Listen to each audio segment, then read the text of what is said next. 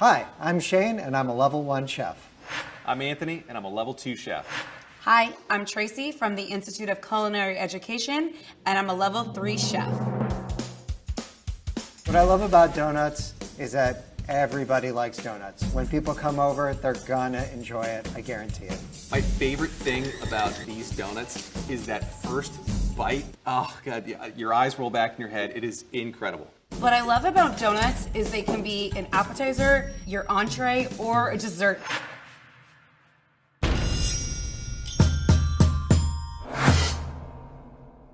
All right, I'm gonna get started on my batter. I have my all-purpose flour. I'm gonna put this in first. I'm going to begin by adding my high gluten flour. The point of this is that you want a nice, even, soft consistency. The next step is to use the whole wheat flour. The two different types of flours just give it more flavor. Our instant rise yeast. The yeast will help the donuts rise. That'll get caught in the dough and they'll start expanding, and that's what makes the donuts go poof. All right, next, my baking powder. Salt in there. Sugar as well. Nutmeg. Now I'm whisking this all together. You want to make sure you don't get any big pockets of salt. If we add liquid and we didn't mix up the dry stuff, you could have clumps of salt, which sounds good to bite into, probably wouldn't be in a donut. And goes the milk.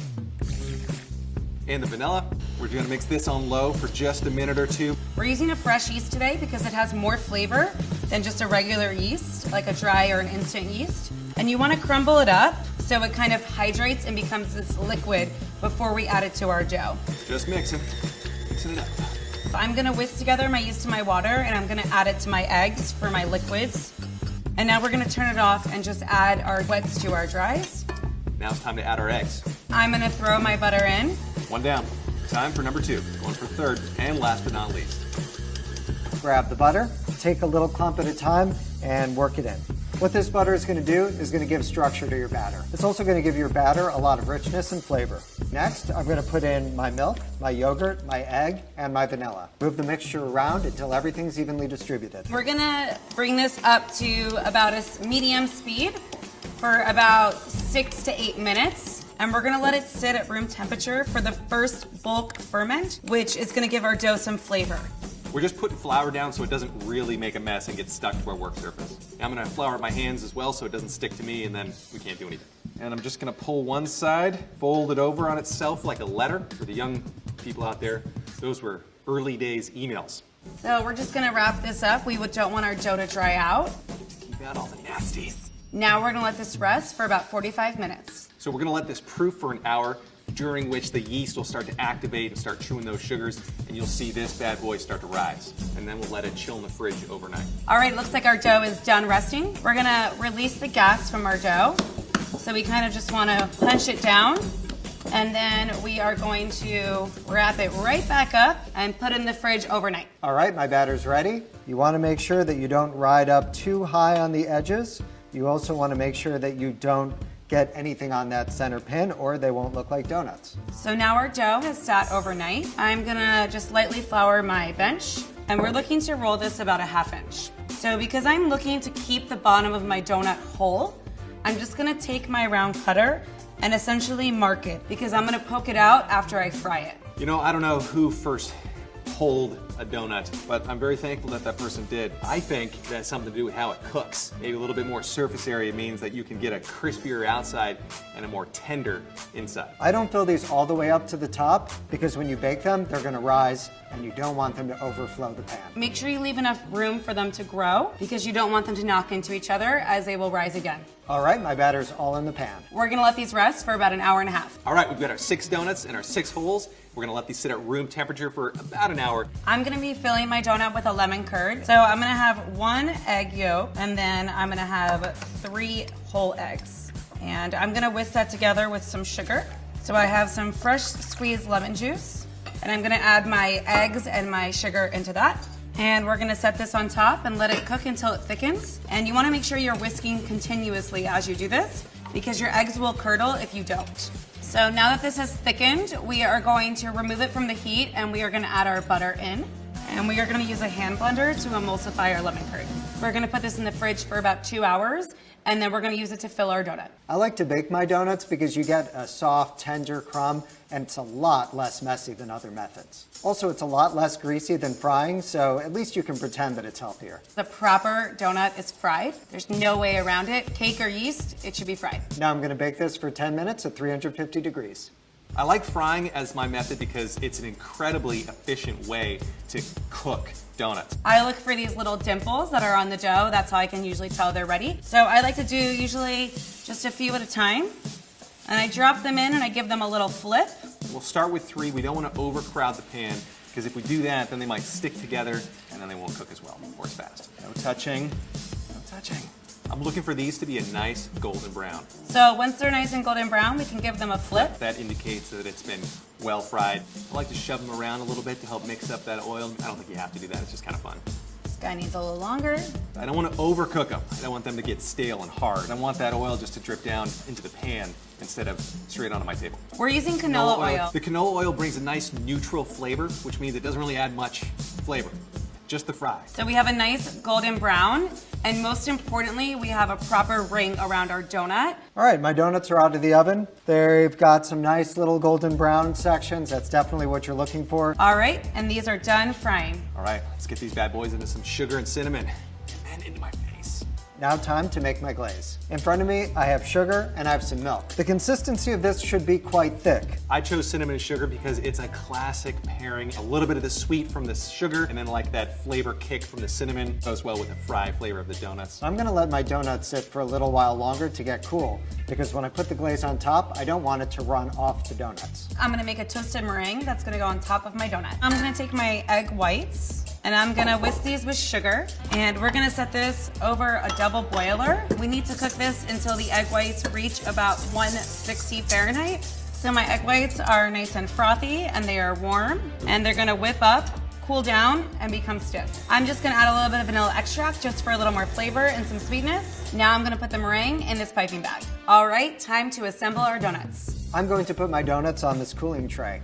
I'm going to spoon the glaze on top of the donuts. Maybe a half spoonful at any one time. And it is okay, of course, if some drips over. Give them a quick swirl to make sure that they're nice and evenly coated. I like to shake off the excess as well. I want to be able to have the entire donut without feeling like it's sticky, sweet, and gross, you know? The first thing I need to do is cut out my centers. I don't want to go all the way to the bottom because I want a little nest for my lemon curd to sit in. And I want to go all the way to the top. Now I'm going around with my Swiss meringue. I like to toast my meringue because it not only gives flavor, it also gives dimension with our color. This is a standard pâte brisée, which is a flaky pie crust. I took my scraps from a standard time of making pie, I rolled them out really thin, and then I put some fresh lemon sugar on top. The last thing I'm gonna do before we finish our donuts is add some fresh lemon zest, just to really bring out that lemon flavor.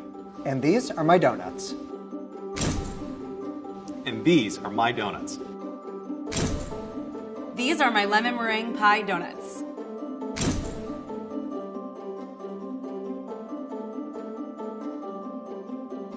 Let's give them a try. Yeah, Really good. nailed it. Moist, Delicious. sweet, but not too sweet. People think, oh, you can't possibly make donuts at home, but you can. Cleanup is simple, and it doesn't take much time. There's nothing quite like having a donut that has come fresh out of the fryer and straight into the sugar and then straight into your face. My favorite part's definitely the pie crust. It's something really unique in a donut, and I think texture is really important when you have a soft dessert like a donut. Let's see how each of our chefs made their donuts. Shane made a cake-style donut, which relied on baking powder, a chemical leavener to raise his batter, as opposed to yeast. Baking powder is double-acting, which means it produces carbon dioxide at room temperature when moisture is added, and then again when the batter is heated through the baking process. Releasing carbon dioxide twice is a safety net for ensuring leavening, especially if you forget to preheat an oven or your oil. The structure of Shane's donuts came from the combination of all-purpose flour with whole wheat pastry flour, which is low in protein and contains the bran, the germ, and endosperm of the wheat kernel. Anthony and Tracy made yeast-raised donuts, which were much lighter than Shane's cake donuts. Baking yeast creates and releases carbon dioxide through a slow biochemical reaction that occurs as it ferments sugar and starches in the dough. This ensures a light, pillowy dough texture. Anthony used an instant yeast, Our instant rise yeast. which is quick acting and can be added directly to dry ingredients. It's been commercially dried, becoming porous and soaks up water very quickly, which is why you don't need to hydrate it prior to mixing. Tracy used fresh yeast in her donuts. Sometimes called cake yeast, it comes in small compressed blocks and is very high in moisture, about 70%. It is minimally processed and develops more complex flavors than the instant yeast that Anthony used. She also used a high gluten flour, which contains more glutenin and gliadin, which are the two proteins that, when kneaded together with water, form gluten. Gluten traps the carbon dioxide from the yeast fermentation and creates a lighter, fluffier donut. After 45 minutes of proofing, Tracy's dough doubled in size.